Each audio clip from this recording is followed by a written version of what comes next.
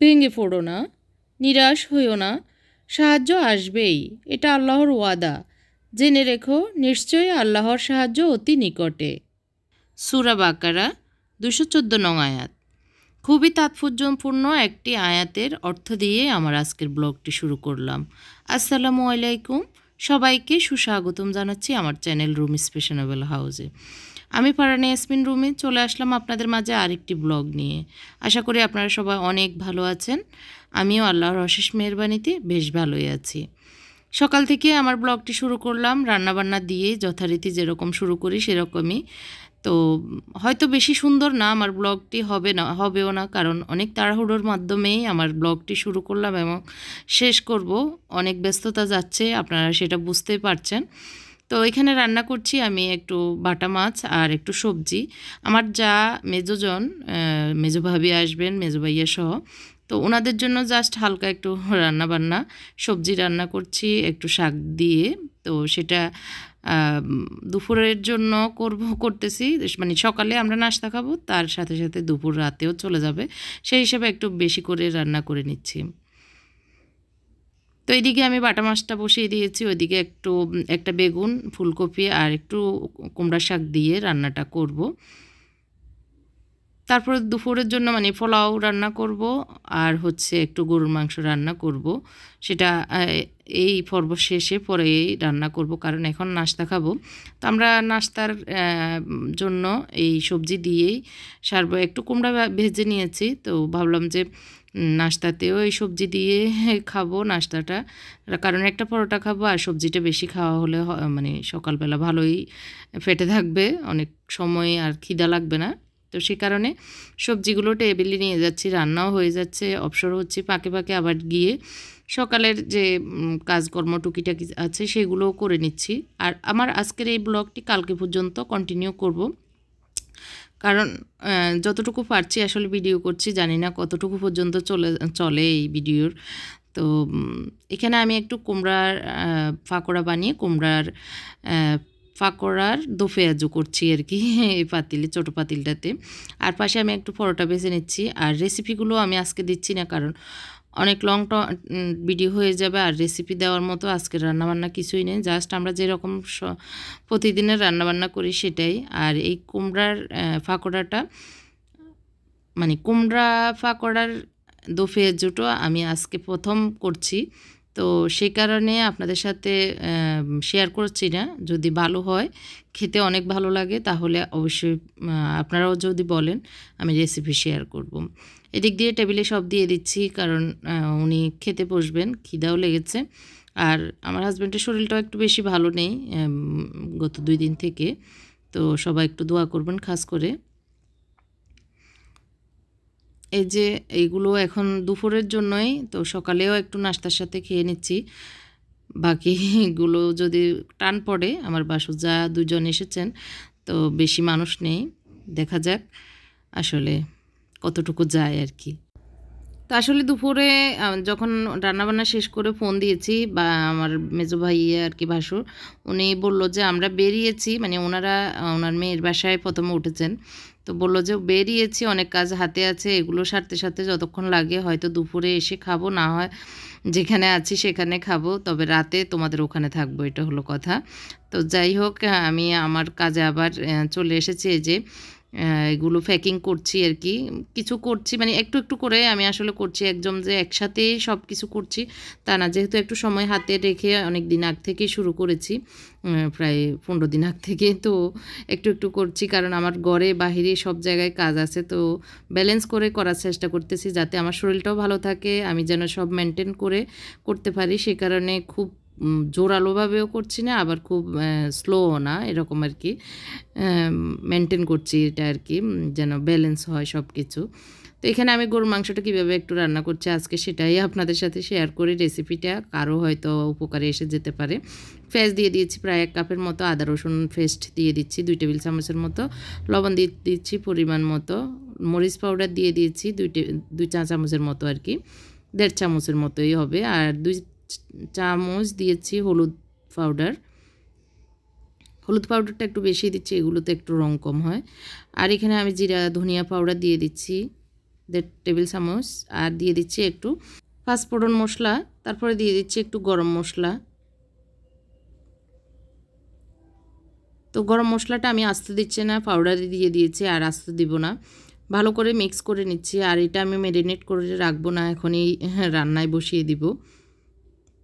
পিছনে আমি চুলাটা ধরিয়ে দিয়েছি মানে প্রেশার কুকারটা গরম হওয়ার জন্য তেল দিয়ে। এগুলো মেখে এখন আমি চাউলটা ধুয়ে নিব। রান্নাটা শেষ করে ফেললে মোটামুটি অবসর হব। ফাঁকে যেহেতু ওনারা ফোন দিয়ে জানতে পেরেছি একটু সময় লাগবে, তো আমি শোরুমে যাব, মানে আমার ফ্যাক্টরিতেও যাব। অনেকগুলো অর্ডার আছে, সেগুলো আবার সব ঠিকঠাক করে দিতে হবে। আর রাইসটা আমি নিয়েছি চিনি গুঁড়া, প্রাণ চিনি গুঁড়া রাইস আর কি। তো ভালো করে ধুয়ে নিচ্ছি। আর এখানে আমি প্রায় 3 কাপের মতো নিয়েছি আর কি। ভালো করে ধুয়ে পানি শুকাতে দিয়ে দিয়েছি। আর এদিক দিয়ে আমি রাইস বসানোর জন্য চুলাটা বসিয়ে ফ্যান বসিয়ে দিয়েছি। তো তেল গরম হয়ে গিয়েছে, আমি দিয়েছি সরিষার তেল। গরুর মাংসটা রান্না করব সরিষার তেল দিয়ে। তেলটা গরম হওয়ার পরে আমি মানে গোশতগুলো দিয়ে দিচ্ছি। আর যেহেতু আমি সব কিছু দিয়ে একসাথে মেখে রেখেছি, এখন আর অন্য কিছু তেলে না দিলেও চলবে এই কারণেই। আর এইভাবে রান্না করলে গরুর মাংসটা খেতে অনেক মজা হয়। তো আমার হাতের রান্না কিন্তু আমার বাসুর, আমার জায়েরা খুব পছন্দ করেন, মানে আমার শ্বশুরবাড়ির লোকেরা মোটামুটি পছন্দ করে। তো সেই হিসাবে ভালোই আমি মানে রান্না করে যেভাবে দিই মোটামুটি ওনারা ভালোই টেস্ট পায়। তো এদিক দিয়ে তেলটা গরম হয়ে গিয়েছে, আমি দিয়েছি 3টে তেজপাতা, এলাচ, তারপর দারচিনি আর লবঙ্গ কয়েক পিস করে দিয়েছি আর কি। আর দিয়ে দিচ্ছি পেঁয়াজ। পেঁয়াজগুলোকে অনেকক্ষণ আমি প্রায় 2 মিনিটের মতো ভেজে নিব। এই যে মোটামুটি ব্রাউনিশ কালার হয়ে আসার আগ দিয়ে আমি দিয়ে দিয়েছি চাউলগুলো। পেঁয়াজটা ভালো করে ভেজে নিলে মানে পানি না থাকলে চাউলটাও ভাজা ভালোভাবে হয়। তো আমি চাউলগুলো প্রায় 5 থেকে 7 মিনিটের মতো ভেজে নেব। তো একটু লবণ দিয়ে দিচ্ছি, দিয়ে দিব একটু আদা রসুন পেস্ট। তো সব কিছু ভালো করে মিক্স করে আমি ভেজে নিব অনেকক্ষণ যাবতাই আর কি, এভাবে নেড়ে চেড়ে। তাহলে পোলাওটা খেতে ভালোই লাগে, গ্রান হয়।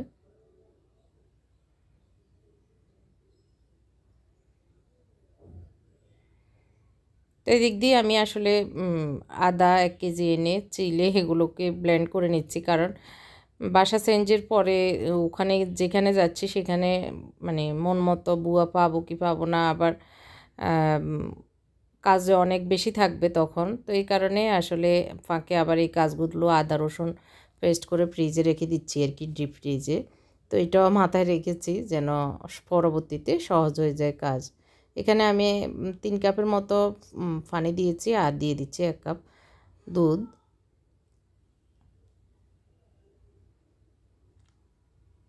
তো আমি পানির পরিমাপটা দেখে দেখে দিচ্ছি, কারণ মেপে দিই নে এই কারণে।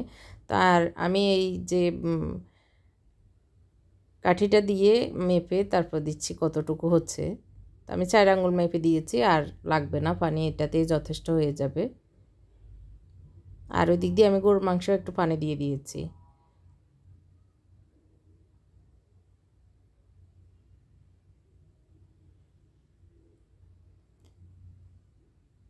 তো আমি একটু গরুর গোশতে আলু দিব, নতুন আলু দিয়ে গরুর গোশত রান্না করলে মজাই লাগে। তো আলু চিলে নিচ্ছি, আর এদিক দিয়ে ব্লেন্ড করার কাজে সাহায্য করছে মুনতাসির। তো ওকে ডেকে বললাম যে তুমি আম্মুকে ব্লেন্ডটা করে দাও, এখানে দাঁড়িয়ে থেকে আবার এগুলোকে নেড়ে চেড়ে দিতে হয়। তো এটা পারে, আল্লাহর রহমতে এটা করে।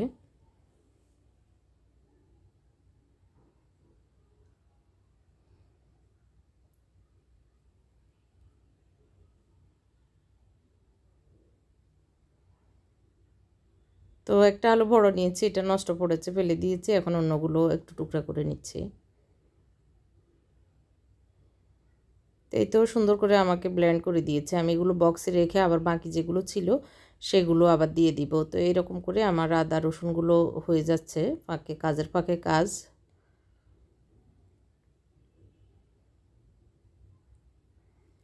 এখন আমি গরু গোশতে আলুগুলো দিয়ে ঢাকনাটা আটকিয়ে দিব, যাতে গোশতগুলো নরম হয়ে যায়। তো আর কিছুই দিব না, এটাতে এখন আটকিয়ে দিব আর কি। তো আমার নতুন বাসাটা অনেকেই পছন্দ করেছেন, কমেন্ট করে জানিয়েছেন, এজন্য সবাইকে অসংখ্য অসংখ্য ধন্যবাদ।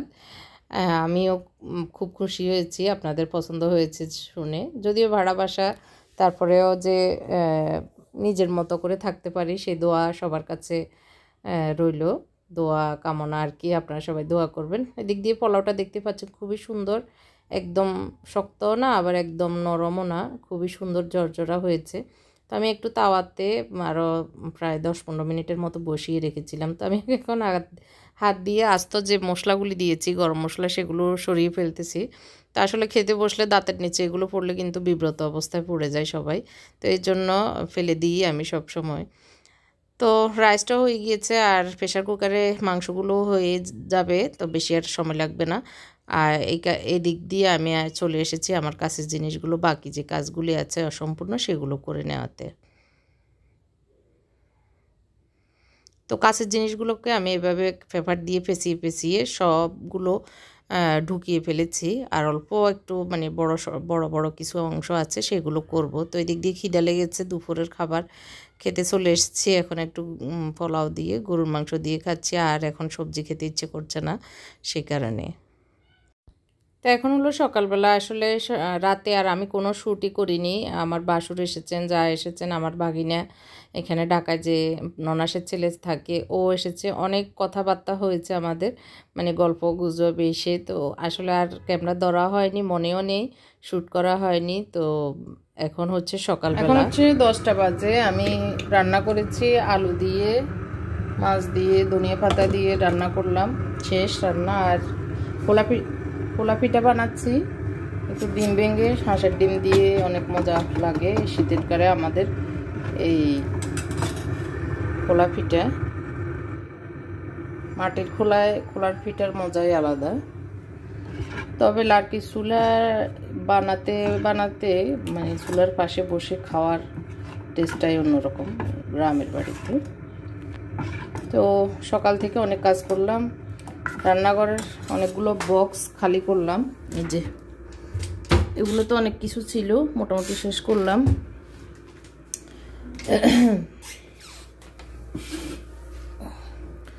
যে এটার পুরোটাই শেষ করেছি। এটা অনেক জিনিসপত্র ছিল, এগুলো গুছাই বস্তায় ঢুকাইছি, আর এগুলো একটু ঢুকাবো।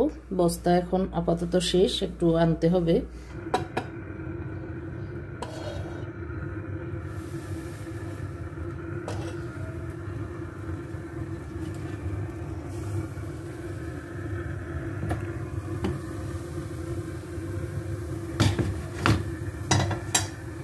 প্রথম পিঠা দিচ্ছি, দেখা যাক কেমন হয়।